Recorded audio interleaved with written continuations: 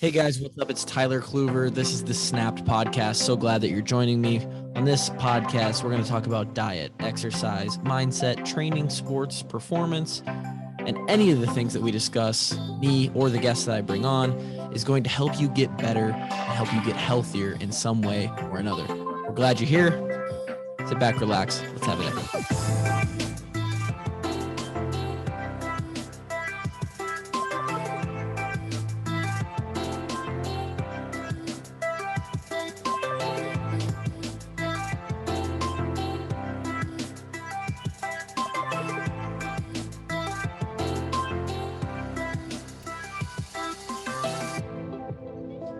What up?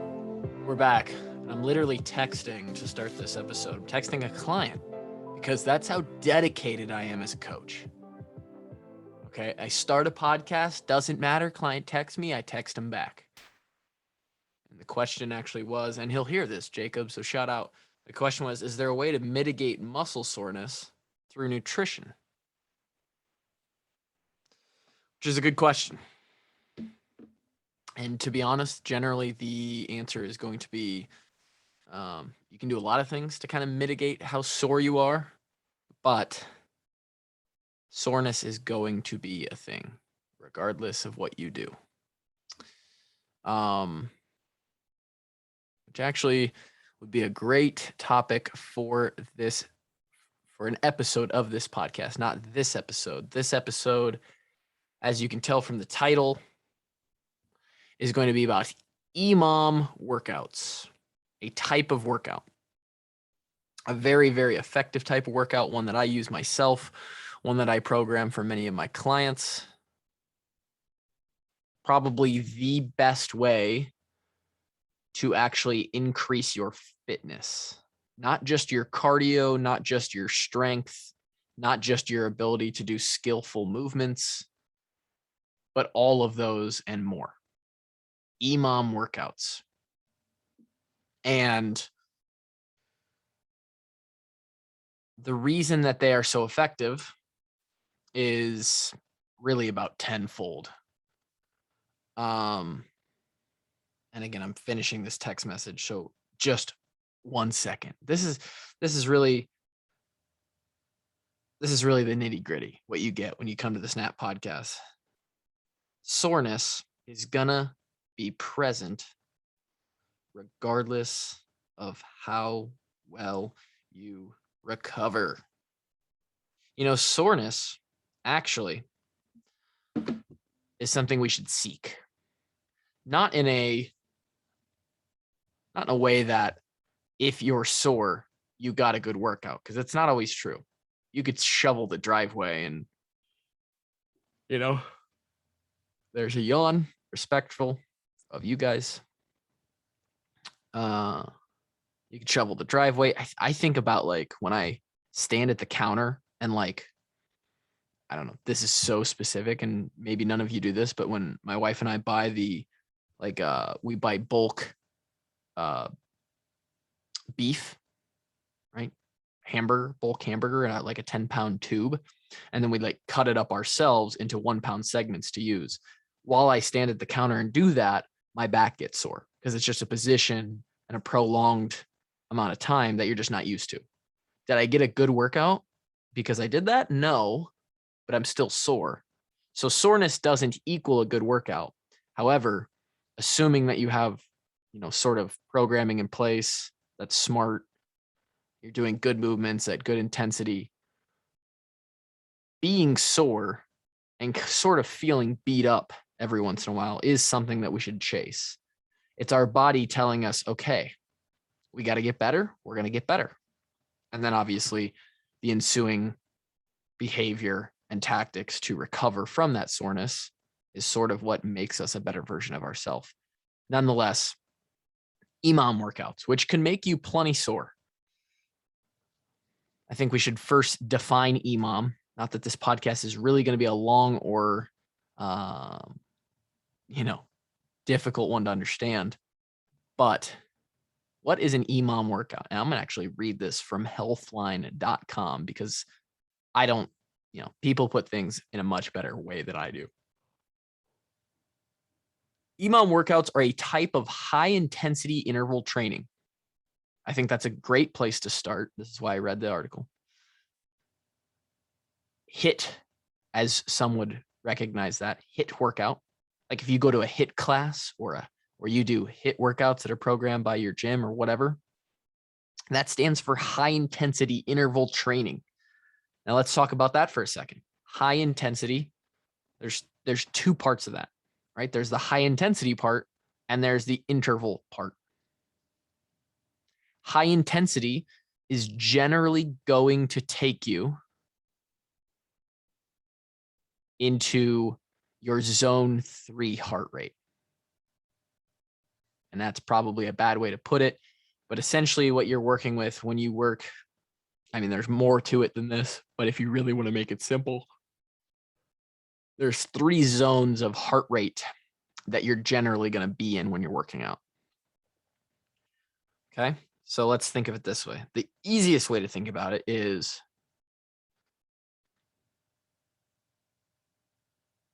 there is zone 1, where you're going to be basically, you could move at that pace forever. You could have a conversation with somebody that is basically unimpeded, and you could continue forever. It's like a forever pace. For most people, that's going to be somewhere around 100 to 100 and 30 beats per minute, right? Heart rate wise. Then you're going to have zone 2, which for most people is going to fall between anywhere between 130 and 160. Obviously, there's, depending on your age, this changes a lot, and your fitness level. Between 130 and 160 is sort of zone 2, and that range is going to be a pace where it is difficult to talk, but you can still maintain the conversation. For example, if you're on a run, you're going at a pace with a partner that's running next to you where you're breathing, but you can still talk to that person, but it is difficult. Zone 1, it's not difficult. You're on a walk, or you're, doing something very, very slow, lifting weights even. And then there's going to be zone 3, which is going to be above your lactate threshold. Kind of the simple cue that goes along with those first two are, at this tempo, at this intensity, you are not going to be able to carry on a conversation for very long, because that requires more oxygen to talk and actually form words, and mental side of things as well. And the yawns just keep coming, baby. And that's going to be above 160 for most people.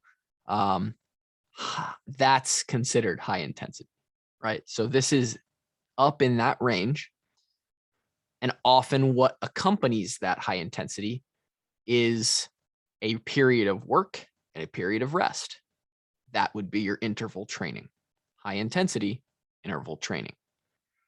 The reason for that is because at those high intensities, especially in untrained individuals or those who are not elite athletes, even for those who are elite athletes, really, because it's all relative, it is going to be hard to sustain that intensity, that heart rate for long periods of time, right? Especially when you're just starting out, if you're untrained, if you're not fit, those periods of time where you're going to be able to handle the sort of pain and discomfort of a high intensity workout, you're going to be down in the 30 seconds to 1 minute range, right? It's not going to be very long before you have to switch into an interval of rest. And then eventually you get enough rest and you come back to that work interval, right? That may be a 1 to 3 work to rest ratio. When it comes to HIIT training, and this is big about the EMOMs, when it comes to HIIT training and high intensity intervals, rest periods become very, very important and really define how hard you're going to be pushing your fitness level, right? Because everyone can go hard for 30 seconds, right? Most people can go hard for a minute. of squats or a minute of push-ups or a minute of running, right? But how quickly can you recover and then do it again? That's where we start to play into this. So the EMOM workout, the EMOM format, which we'll get to in a second, that's why these are so effective. So high intensity. Now, if you get into a place where, you know, you've been working out for a while, you kind of know what you're doing, you dabble with some HIIT training here and there, you might be able to increase those periods of time to where you can work for anywhere from 1 to 3 minutes at a time. And then really highly trained individuals are going to be able to push, I think about like a run, and it's going to vary also in modality. So this isn't dead on. You know, running's going to feel different if you're doing a HIIT running workout versus a HIIT rowing workout versus a HIIT biking workout versus a HIIT workout that's using barbell movements or body weight. It's gonna, you know, your time, you're gonna run into different muscle fatigues there. That's not exactly just cardio based, which is also why these HIIT intervals are great, because they're working cardio and muscular fitness at the same time. But those highly trained individuals, someone like myself, is going to be able to push the work intervals upwards of, you know, 5, 10, 15 minutes sometimes, depending on what it is. I think about sometimes when I run, and I'll be doing, you know, I can run, and I'm a little bit of a different case, but I can run in a zone 3, a low zone 3, for 20, 25 minutes, right? Maybe a half hour even.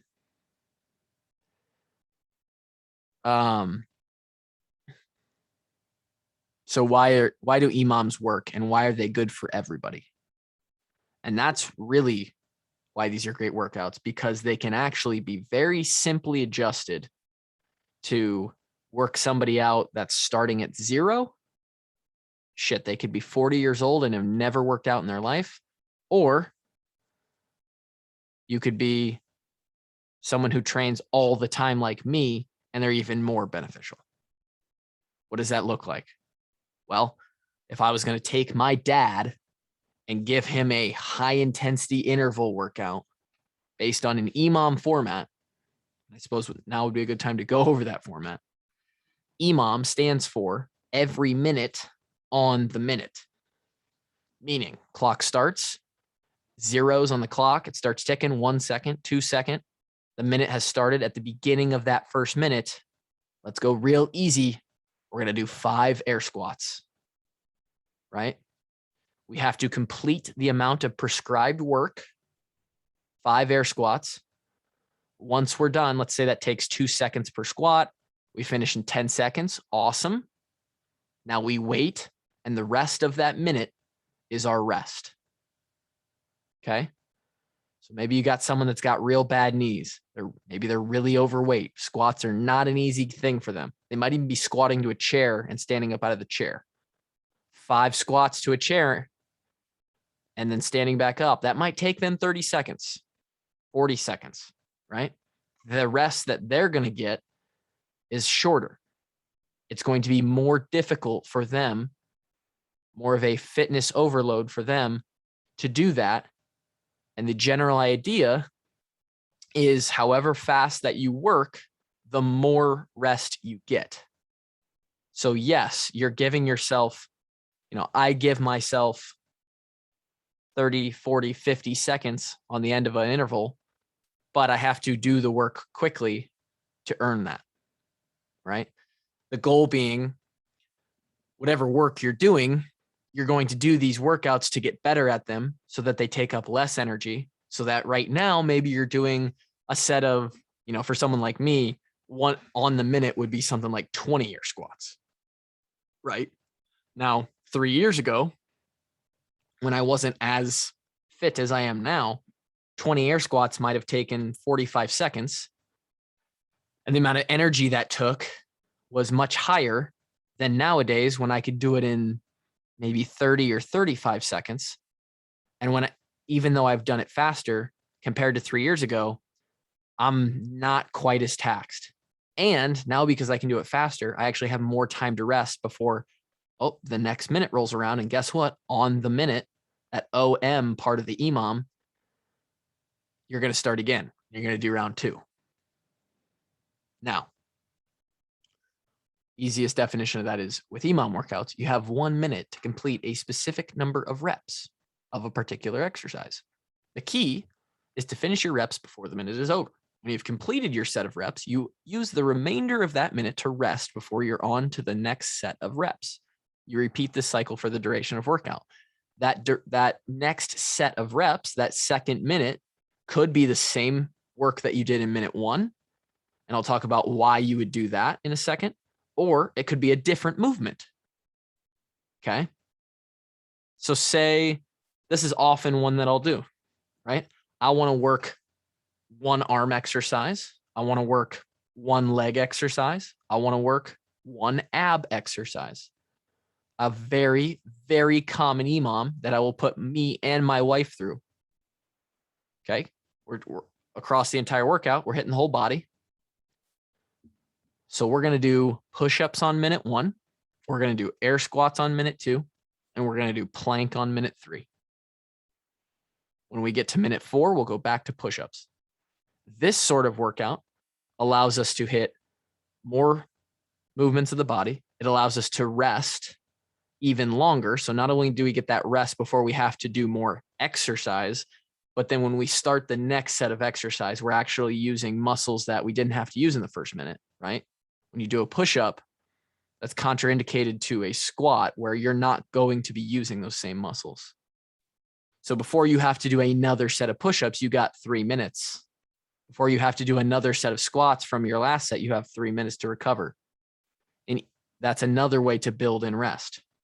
Now, if you're trying to get good at being able to do a large amount of one, if you just want to do squats, you're really bad at squats, you're really trying to work those glutes and those legs, well, then maybe we use squats for every minute, right? We do a 10-minute or a 15-minute EMOM where you do 10 or 15 squats on the minute.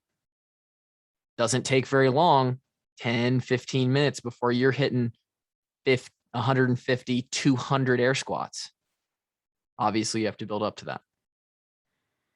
In my world, at the high level, that's called building capacity.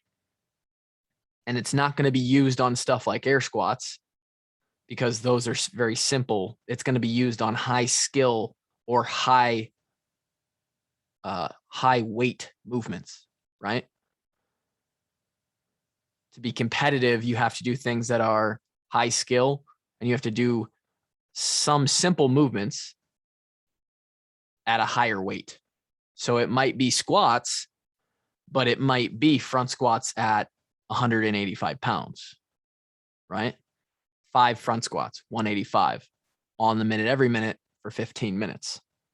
Well, by the time you're done with that workout, you've done 75 front squats at 185 pounds. That's building capacity, the ability to do something for a large set. Or I guess even better defined is building capacity, taking your ability to do a movement from a low volume to a high volume. For me right now, that looks like 2 main things: handstand push-ups and chest to bar pull-ups. A few weeks ago, I started at 3 chest to bar pull-ups every minute on the minute for 10 minutes.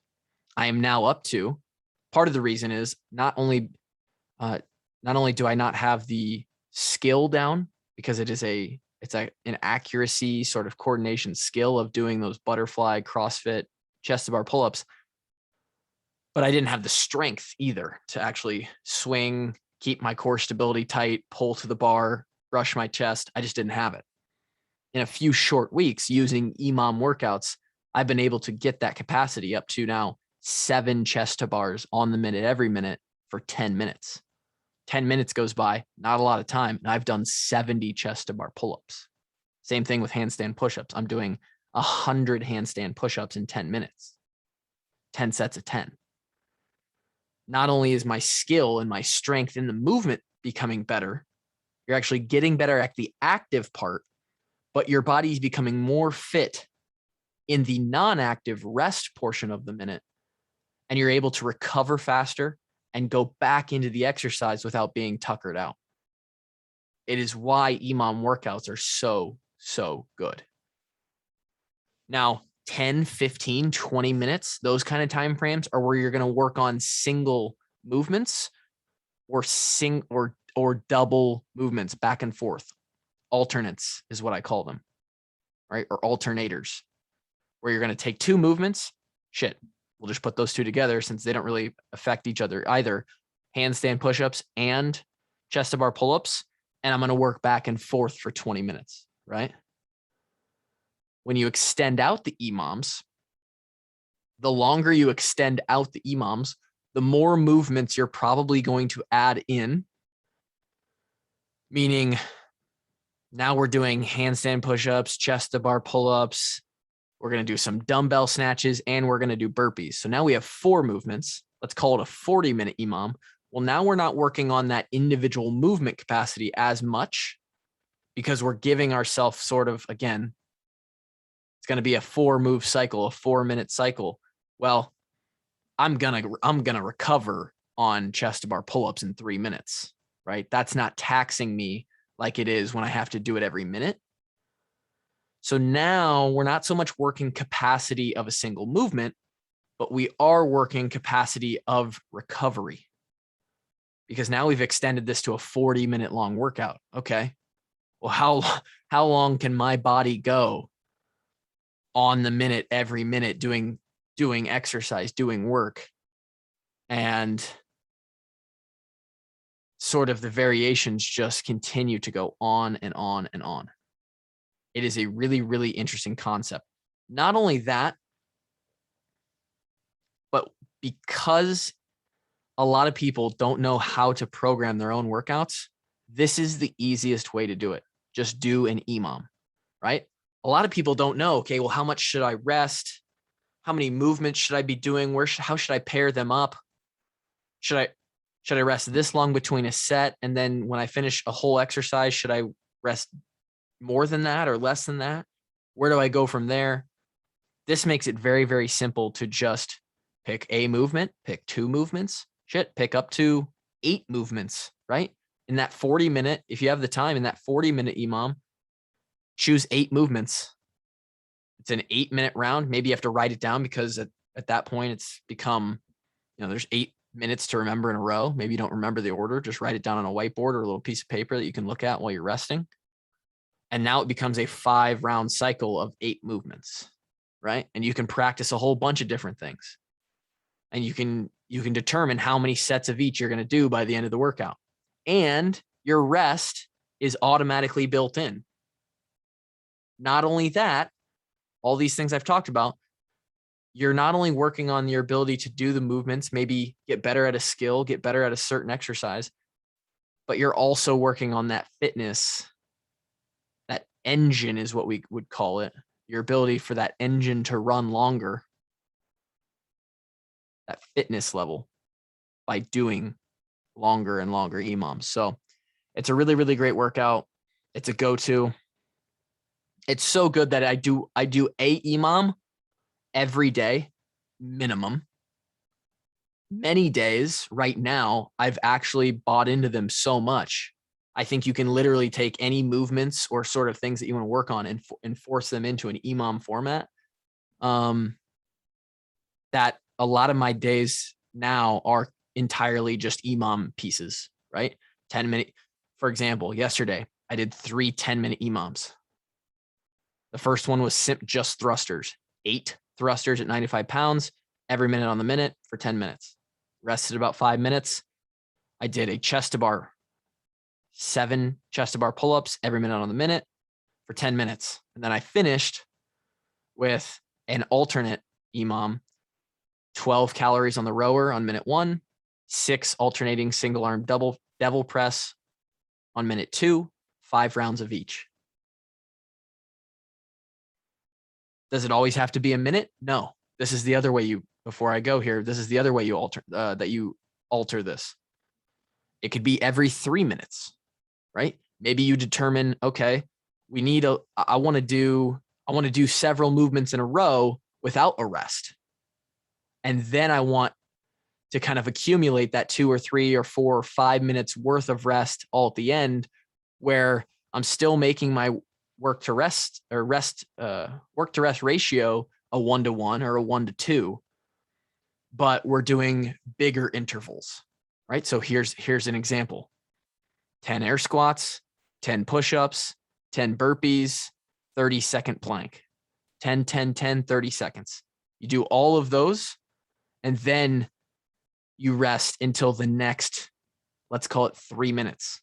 Every 3 minutes on the minute. So you're going to start at zeros. The next round will start at 3 minutes on the clock. The third round will start at 6 minutes on the clock, 9 minutes, however long you want to draw it out. And in those 3-minute segments, you have to complete 10 air squats, 10 push-ups, 10 burpees, and a 30-second plank. For me, that's going to look about, probably somewhere right at a minute to 75 seconds. I'm going to be able to rest for the other minute 45 to 2 minutes. And then when it comes around, you start that next interval. So there's a ton of, the EMOM is extremely effective, and something that, as long as you have a movement or 2 movements or 3 movements that you want to work on, you can build a workout based on the EMOM format. And it's a really, really nice way to do things. For the average person, right? The easiest way to do this would be, what are 3 movements I want to work on? I'm going to do an 8-minute EMOM of each. That's 24 minutes of work. I'm going to rest 3 minutes in between each one. So I'm going to start 8-minute EMOM, call it squats. When I get done, I'm going to rest 3 minutes. You could just turn it into one big EMOM and just know that you're going to rest for minute 9, 10, and 11. Minute 12 comes around. Now for the next 8 minutes, you're going to do push-ups. You finish that one. 12, 13, 14, 15, 16, 17, 18, 19. Minute 20, 21, 22, you're resting. And then you have sit-ups on your last one. And you do that through minute 30. Now you've got yourself a half-hour workout, some programmed rest in there. You're done for the day. You worked on 3 movements, not only the muscular side of things, but also the cardio side of things. You've done a HIIT workout, and it's just very, very effective. So hopefully, if you guys haven't done EMOM workouts before, you are now inspired to do them or try them. I think you will find them quite beneficial.